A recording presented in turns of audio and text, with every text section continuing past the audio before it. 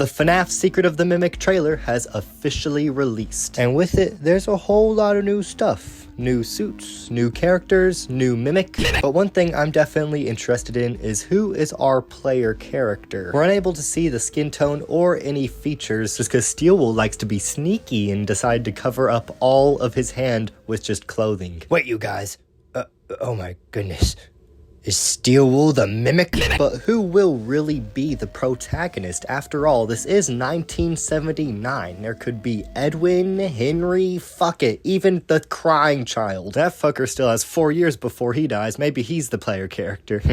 Green jacket. Where have I seen that before? You guys, I think it's Josh Hutcherson. Okay. Quit horsing around. We all know what I already think it is. Y'all clicked on the video, seeing the thumbnail. Today, I will be showing y'all why the player character is most likely William Afton. Now, Edwin is very clearly a man ahead of his time when it comes to producing technology. I mean, this guy is so OP, he invented fucking Wi-Fi before that was even a thing. I mean, there's actually a lot of his technology that even seems to be being used nowadays in the Pizzaplex, or at least having modern versions of those same designs, which more on that on another theory. But we see not only in the books, but also in the games that Edwin seems to be both amazing at coding and creating physical robots, which, by the way, I actually recently got the audiobook for that original Mimic story, and for the first time, like, fully on my own, I listened to that one, I listened to the Storyteller, I listened to GGY, I started listening to a lot of the Tales books, and honestly, they're a lot better than I thought they were. I've made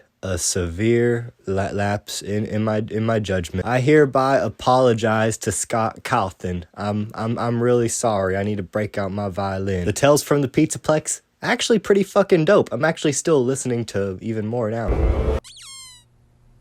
I'm sorry. But anyways, in the original Mimic story, Fazbear Entertainment has already sent 2 groups of people to go in to try to retrieve the Mimic. Now, although we don't fully know if the specifics of each story in Tales from the Pizzaplex is canon to the game's timeline or not, it at least seems that this new game is setting up a plot very similar to that original Mimic story, especially because in the trailer we can see what may possibly be a dead body hidden behind one of the suits. And so if Fazbear Entertainment has already tried to send people out there to retrieve the Mimic and they've always failed, they've kept on dying, then maybe they're going to want to bring out the big guns. They're going to want to bring out somebody who actually has plot armor, enough plot armor to possibly survive the Mimic. This is also notable because we're only going in as one single individual this time, not as an entire group or team like Fazbear Entertainment has done in the past. Surely whoever's going in there now has enough power, whether plot armor or strength or just skill wise, to go in there and do what needs to be done. This leads me to think that, especially in 1979, the only 2 possible individuals that could be in this position of power to do so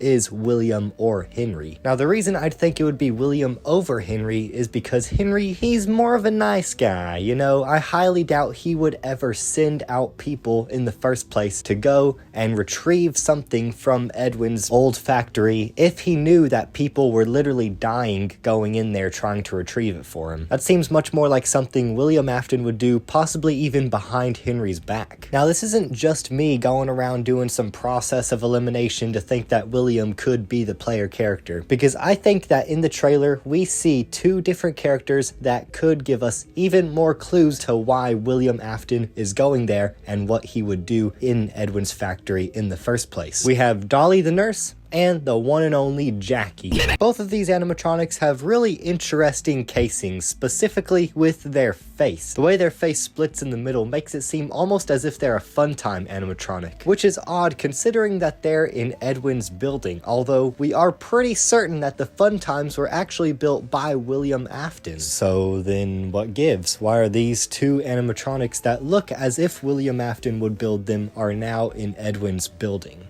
Well, what if William Afton didn't build them? What if Edwin did still build both of these animatronics? But then why would William Afton go on to build animatronics that have that exact same design to them? Well, in the Silver Eyes trilogy, we see that William Afton's a bit of a sneaky fella himself. Whenever we see Henry literally build a robot version of his dead daughter, William Afton looks at that and goes, I'm gonna steal it. This super high-tech, out-of-its-time robot just gets straight up swiped by William Afton. He says, nope, you're mine now. You're working for me. Also, let's let's not forget that this robot that William steals also goes on to be Circus Baby in the fourth closet. Could it not very well be the case that William Afton, upon going into Edwin's building, steals his blueprints to go on to design the Funtime animatronics? What, don't believe me? Well, let's take a little look at the Funtime animatronics once more, specifically Funtime Freddy's blueprint. Oh, what's that? He can mimic. This all actually fits really well with a theory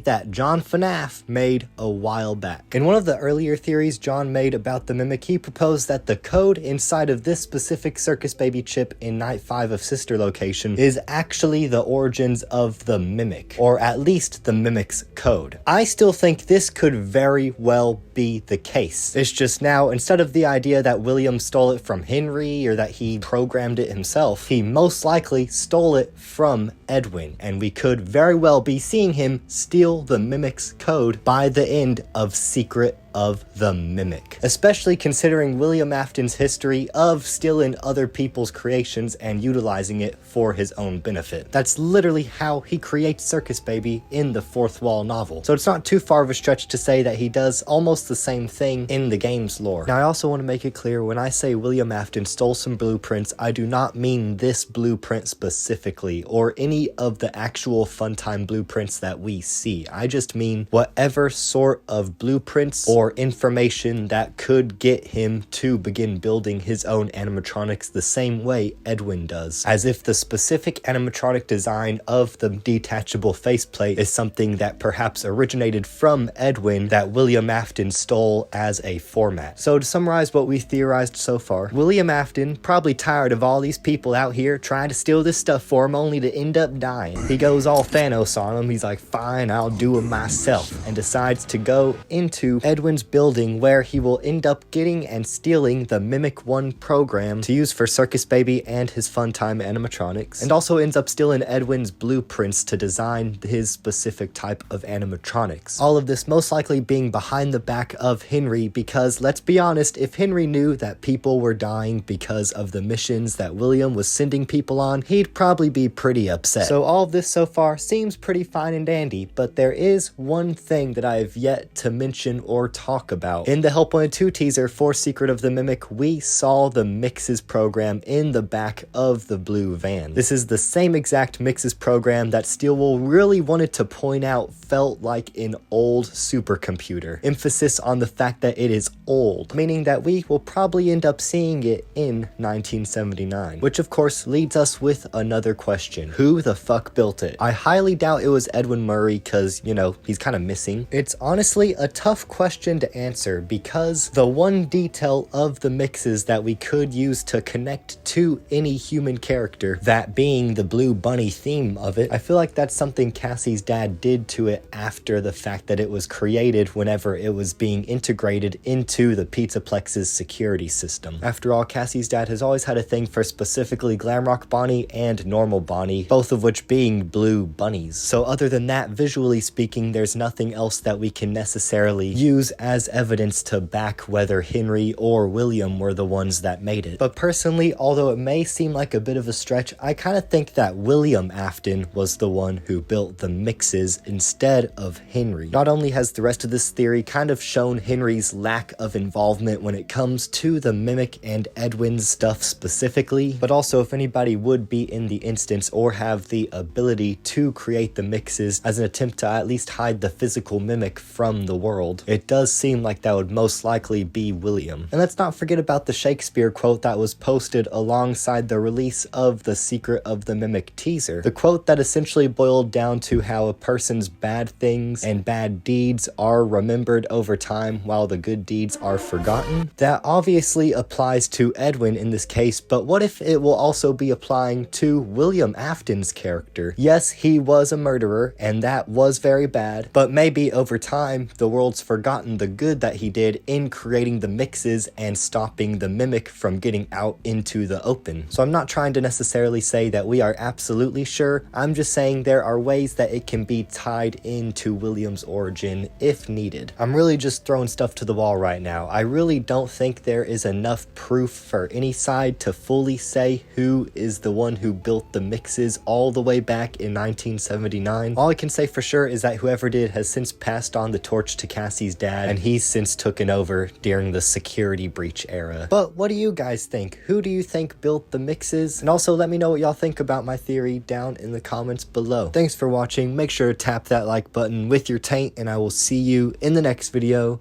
Goodbye.